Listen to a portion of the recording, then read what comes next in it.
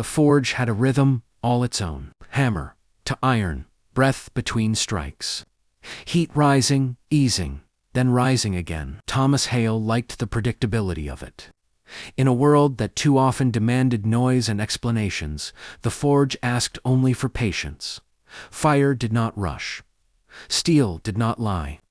If something cracked, it was because it had been pushed too far or not enough. Thomas wiped sweat from his brow with his forearm and turned the glowing metal with practiced care.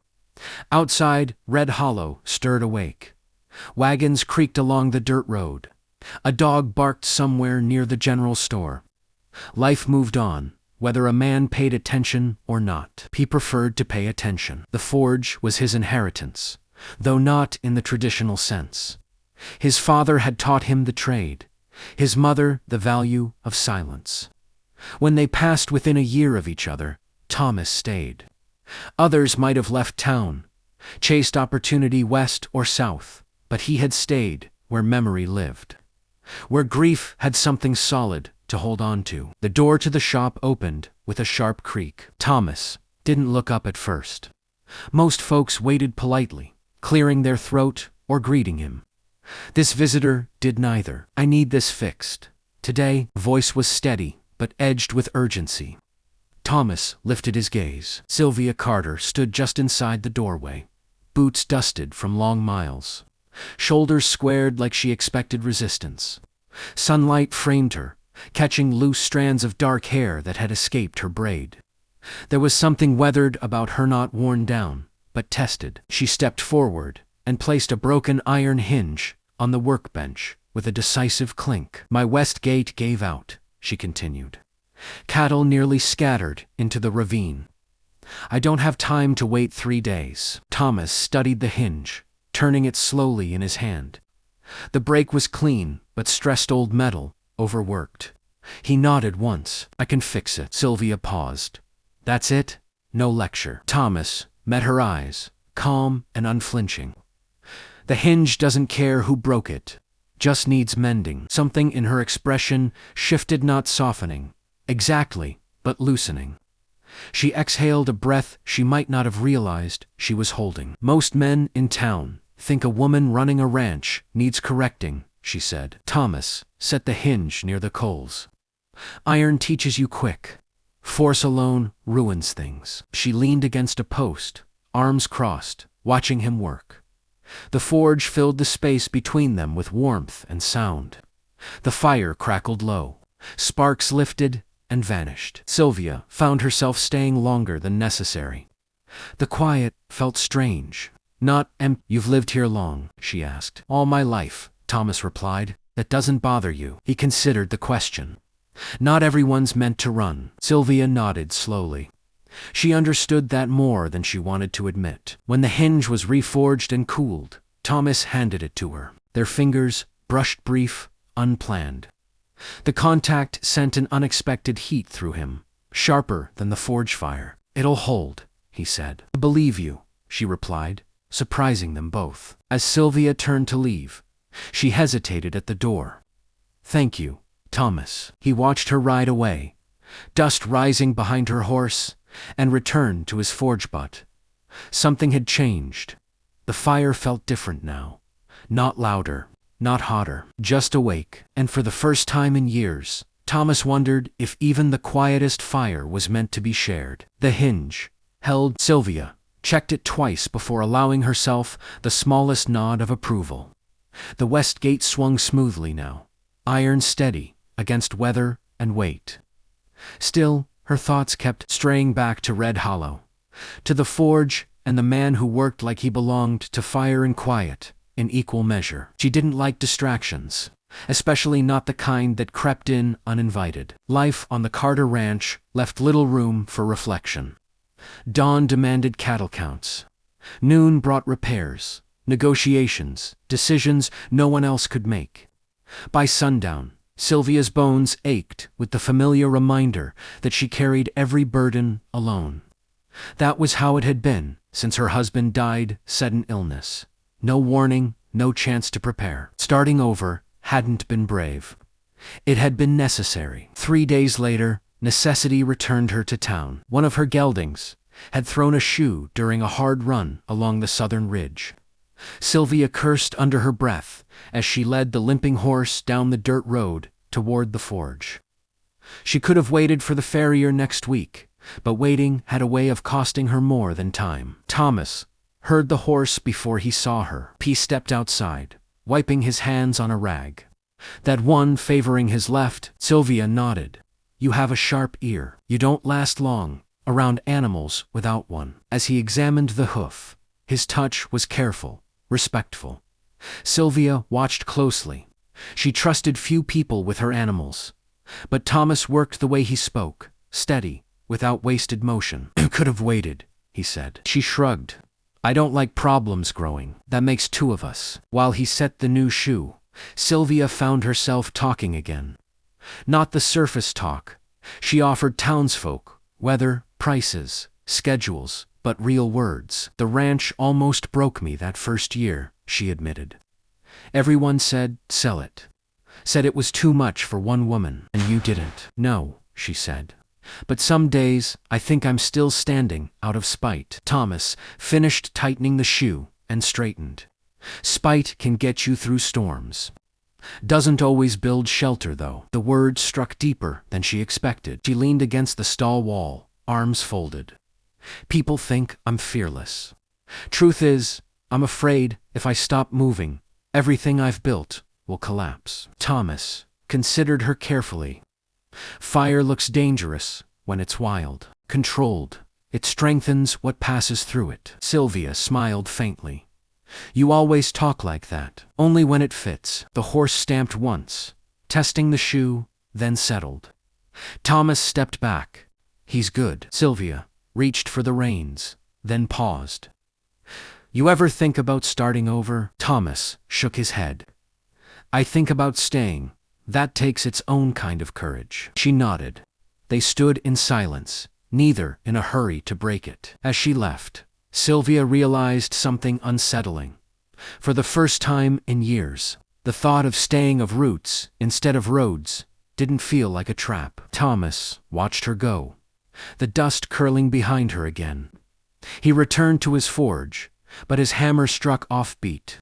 He stopped, listening to the fire, adjusting the bellows until the rhythm returned. Some metals required patience. Some people did too, and neither could be forced without breaking. Bread hollow, noticed before either of them did. It started small. Sylvia's horse, tied outside the forge more often than necessary. Fresh bread appearing on Thomas's work table, repairs finished with unusual speed. Folks talked, as folks always did, filling silence with stories, whether they fit or not. Sylvia pretended not to hear it. Thomas genuinely didn't. Their meetings grew less accidental. Sylvia stopped by with broken tools that could have waited. Thomas delivered iron fittings personally. Instead of sending them with the supply wagon, no promises were made, no lines crossed. Yet something unspoken took shape between them. One evening, Sylvia arrived as the sun dipped low, the sky streaked orange and red like cooling embers. The forge was quieter then, work nearly finished for the day. You're still open, she asked. For you, Thomas said, before thinking better of it. She raised an eyebrow, but said nothing, stepping inside. The warmth wrapped around her, familiar now, safe. They sat on overturned crates near the forge, watching the fire settle. The silence stretched comfortably. I don't sleep much, Sylvia said suddenly. Thomas glanced at her. Nightmares. She nodded once. Not always about him. Sometimes it's the ranch. Sometimes it's nothing, but I wake up afraid. I've missed something important. Thomas poked at the coals. I used to wake up listening for my father's cough. Took years before I slept through the night. She looked at him then, really looked. What changed? I learned some losses. Don't mean you failed. Just that you loved. The words cracked something open. Sylvia swallowed. I don't know how to let someone stand beside me. Every time I try, I remember how fast it all fell apart. Thomas turned toward her fully. Standing beside isn't the same as leaning. The forge hummed softly, embers glowing low. She laughed quietly. You always have the right words. Not always. Just honest ones. The moment shifted, subtle, fragile. Sylvia reached out without thinking, her fingers brushing the back of his soot-stained hand. She meant to pull away. She didn't. Thomas's breath caught, barely. He turned his hand slowly, giving her time to retreat. She didn't. Their kiss was hesitant, testing ground neither was sure would hold. It wasn't firestorm or frenzy, just warmth, building, undeniable. Sylvia broke away first. I can't, she began, standing abruptly. I'm sorry. I shouldn't have. Thomas rose, not reaching for her, not crowding her. You don't owe me anything. She searched his face for expectation, pressure, disappointment. She found none. That scared her more than desire ever could. I don't know how to do this, she admitted. Care, hope. Thomas nodded. Neither do I.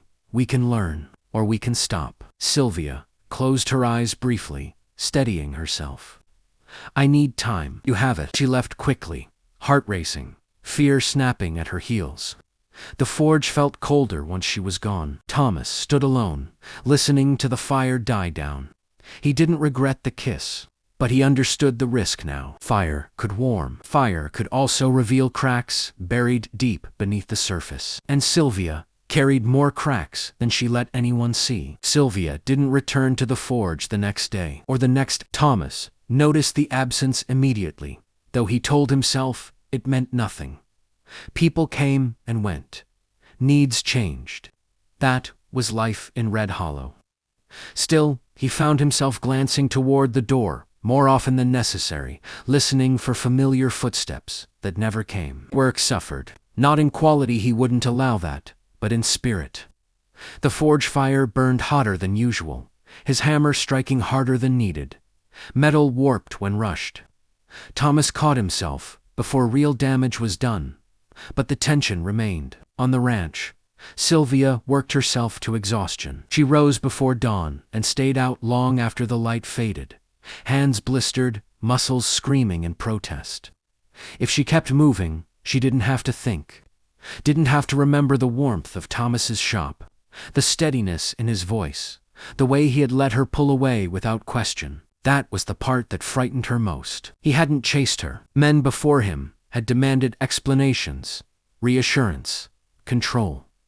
Thomas had offered space, and space left room for feelings she'd spent years burying. When a land agent arrived unannounced at the ranch, Sylvia almost laughed at the timing. I represent Western Development, he said smoothly, gesturing toward the rolling fields. We're acquiring properties in this area. Your land is valuable rail access, water rights. I can offer you enough to start fresh anywhere you like. Start fresh. The words echoed long after he left. That night, Sylvia sat alone on her porch, staring at the dark horizon. Starting over meant safety. Distance, no risk of loss. No forge, no quiet man who saw too much with too few words. It also meant running. 2 days later, a wagon rolled into town, carrying a shipment of faulty iron. Thomas discovered the flaw to late metal that looked sound but cracked under pressure. He cursed under his breath. Bad iron was dangerous, unforgiving. So was silence. He closed the forge early and walked out toward the Carter ranch, unsure what he'd say if he reached it. Sylvia saw him from the fence line, his tall frame unmistakable against the fading light. Her chest tightened. I didn't come to demand anything, Thomas said when she approached. Just wanted to see if you were all right. She laughed bitterly. I don't know how to be anything else. They stood facing each other, the space between them heavier than distance ever was. They offered to buy my land, she said suddenly. Said I could start over. And do you want to? She hesitated. I'm afraid of staying. Thomas nodded. I'm afraid of leaving. She met his eyes, tears burning hot. I don't want to build something just to watch it fall apart. Thomas stepped closer, voice low and steady. Everything worth building can break. That doesn't make it a mistake. Sylvia shook her head. You don't understand. When my husband died, the ground fell out from under me. I survived by not needing anyone. And now I do, she whispered. And it terrifies me. Thomas didn't touch her, didn't push. He simply said, needing isn't weakness, it's risk. She turned away, shoulders trembling. I need time. I know, he said softly. But time won't choose for you. As he walked back toward town, Sylvia felt the weight of the choice pressing in. Stay and risk her heart, or leave and keep it intact but empty. Fire could fade if starved long enough, and she was dangerously close to letting it die. The morning, Sylvia made her choice. The sky over Red Hollow was pale and undecided. She stood at the edge of her property, watching mist lift slowly from the fields.